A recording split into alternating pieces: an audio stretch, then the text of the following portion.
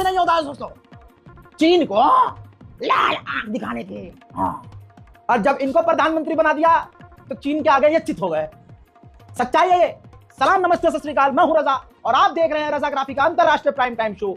बहुत जल्दी आसान जबान में, सिंपल भाषा में दुनिया की तमाम बड़ी खबर आपके सामने। दोस्तों, आपको पता है क्या चल रहा है? जहां चाइना ने अरुणाचल प्रदेश में गांव बसाए, मैप आपके सामने है। इसी अरुणाचल प्रदेश के इलाके का चीन ने नाम बदल दिया मोदी जी की तरह।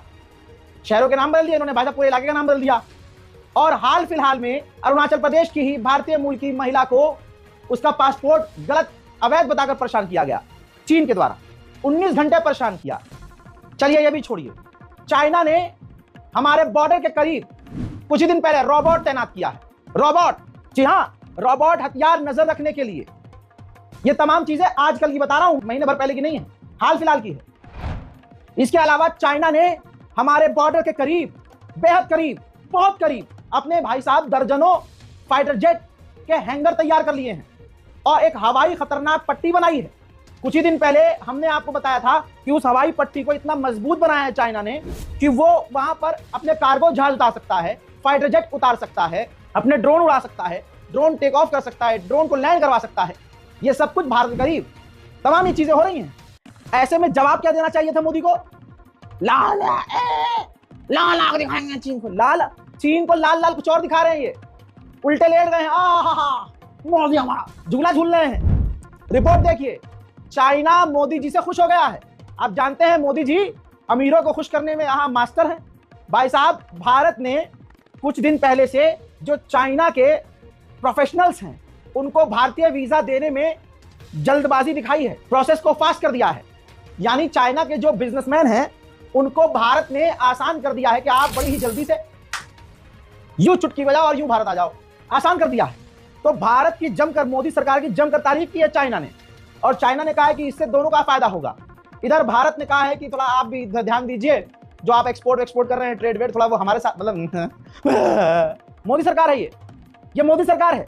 लेकिन संसद में वंदे मातरम पर बहस करेंगे, क्योंकि औकात हो सही मुद्दों पर करने की बहस तब न करें। यह हाल है इनका। मजेदार बात यह है कि अभी भारत में वंदे मातरम पर बहस चल रही है, संसद सत्र चल रहा है, और हमारे मोदी जी फिर से भाग गए हैं, हमेशा की तरह भगोड़े भाग गए देश छोड़ के, जॉर्डन चले गए हैं विदेशी यात्रा पर। अबे जाते तो भाई नेपाल पे पहुंच जाते, किसी यहूदी इजराइल चले जाते। मुल्ले देश के यहां पहुंच गए। हिंदुओं, विरोध नहीं करोगे? ओह, विरोध करोगे तो हिंदू कैसे रहोगे? भाई साहब, फैंटा बहुत उछलता था, बहुत गैस थी भाई उसके अंदर, बहुत उछल था। तालिबान ये अब सुनो, तालिबान ये, तालिबान वो, तालिबान आतंकवादी, तालिबान ये कहते थे। भाई ये जितने भी फैंटाधारी हैं ये सारे भाई तालिबान को गरियाते थे, आतंकवादी है। अब हमारे माननीय मुख्यमंत्री योगी आदित्यनाथ जी को बताइए, जो एएनआई वालों को क्या बोल देते हैं, कोई इनको बताओ, उनको बुला के लाओ, उनकी आंखों को खोलो और कहो कि एक ही महीने में तीसरी बार तालिबान का हेल्थ मिनिस्टर भारत आ रहा है। अब कितनी जगह बम फटवाओगे भाई तालिबान से? मैं खुला मुसलमान, एक भारतीय मुसलमान, भारत माता की जय बोलने वाला, वंदे मातरम बोलने वाला, मैं कह रहा हूं तालिबान आतंकवादी हैं। अब योगी जी से बुलवा के दिखाओ तालिबान आतंकवादी हैं। नहीं, सांस रुक गई।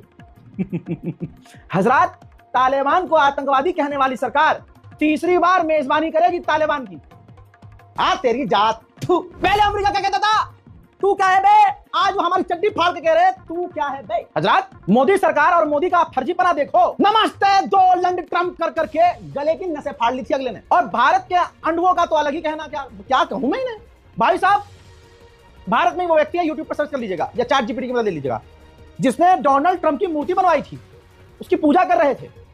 भाई साहब, अगर डोनाल्ड ट्रंप हक देता है यहां, तो उसके गू को भी उठा के मुंह में लेप लेता।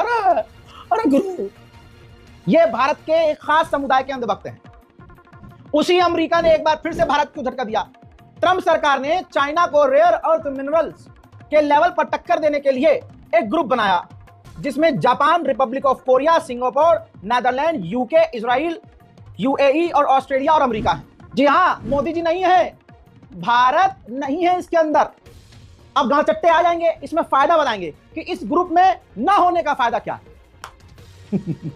ये होती है उन लोगों की फितरत जो बासी मुंह चमनप्राश की तरह गू चाटते हैं मोदी और भाजपा के समर्थन में। $7 बिलियन मोदी जी के रहते हुए पाकिस्तान को लोन मिल रहा है जिसकी 11 से 12 शर्तें सख्त हैं, लेकिन पाकिस्तान को पैसा चाहिए तो वो तो मानेगा। अब कोई गांचट्टा ये ना वीडियो बना दे कि भाई ये जो लोन जो IMF दे रहा है पाकिस्तान को, ये तो हमारे मोदी जी ने सदका निकाला था तो वो दे रहे हैं। अबे कितना गूंज चाट के क्या क्या बोलोगे यार तुम। उधर पाकिस्तान की दादागिरी जरा देखिए। अपने social media platform x, Facebook, जहां पाकिस्तान जो काम कर रहे हैं, उनको धमकी दी है कि अगर हमारे देश के और हमारे हिसाब से, हमारे कानून के हिसाब से नहीं चले तो हम बैन कर देंगे आपको। दादागिरी तो पाकिस्तान के शहबाज शरीफ ने दिखाई है। भाई तुर्कमेनिस्तान में कई देशों की मीटिंग चल रही थी, पहले से मीटिंग तय थी कि भाई पाकिस्तान और रूस की मुलाकात होगी। भाई 40 मिनट तक इंतजार कराया व्लादिमीर पुतिन ने पाकिस्तान के प्रधानमंत्री शहबाज शरीफ को। भाई शहबाज शरीफ को गुस्सा आ गया।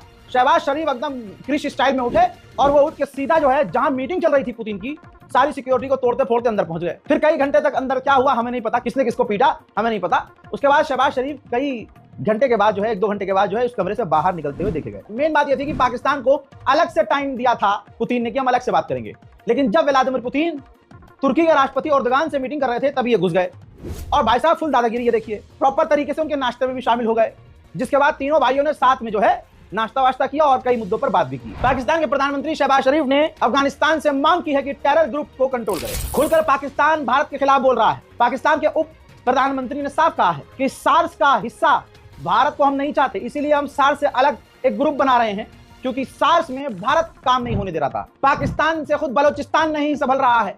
आजाद बलोचिस्तान के लीडर ने डोनाल्ड ट्रंप को खत लिखा है, नाराजगी जताई है कि आपने पाकिस्तान के F-16 फाइटर जेट को अपग्रेड करने के लिए अप्रूवल क्यों दिया है।